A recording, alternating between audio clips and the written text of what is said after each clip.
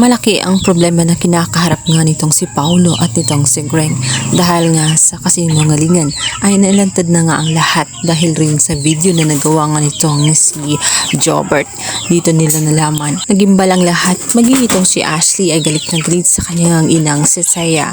Hindi niya sukat akalain na magagawa ni Thea ang bagay na iyon. Ayon sa kanya ay choice na iyon at pinili niyang saktan ang kanyang pamilya. Pinili niya ang kanyang sariling kaligayahan. Kaya naman lalong lumalayo ang loob ni Ashley pagdating nga kay Thea. Samantalang inis na inis itong si Marge matapos nga ang pagtatalo nilang lahat ay sinabi nga nitong si Greg na kahit anong mangyari wala umanong aalis sa bahay na iyon. Ang gagawin nila ay manahimik.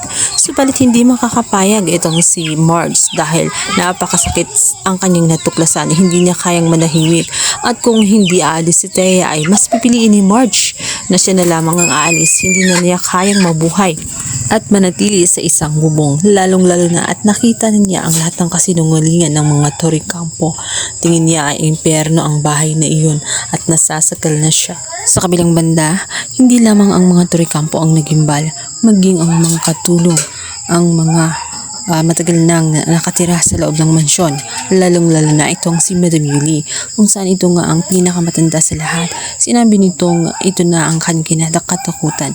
Alam niyang kahit anong gawin ng mga Torrecampo ay talagang lilitaw at lilitaw na ang kasalanan na matagal nang tinatago-tago nila at kahit anong gawin nilang pagtakip nito ay wala nang magagawa. Ayon kay Yuli, matagal nang nababalot ng kasinungalingan ang mansyon na iyon. Natatakpan lang umano ito ng mga naglalakihang chandelier at mga malalaking kurtina. Ngunit kahit anong gawin nitong pagtakip ay nananatili pa rin at umaalingaw ang mga baho ng mga Torrecampo. Punong-puno ng hinanakit itong si Edward, nadagdagan ang kanyang sama ng loob dito sa kanyang ama, lalong-lalo na at ipinapakita pa rin ni Greg na kumakampi siya dito kay Paolo at nasa punto na nga na halos suntukin na nga niya itong si Edward at dito na nga pumagit na itong si Madam Regina. Hindi siya makakapayag na ganun pa rin ang trato niya kahit alam naman ni Greg na mali nga ang ginawa nga ni Paolo at siya ang may kasalanan. At kapag ginawa niya ang bagay na iyon ayon sa kanya ay tuluyan na ngang lalaya silang dalaw na Edward nang sa ganun ay malaman ng lahat kung gaano kabulok ang pamilya nila.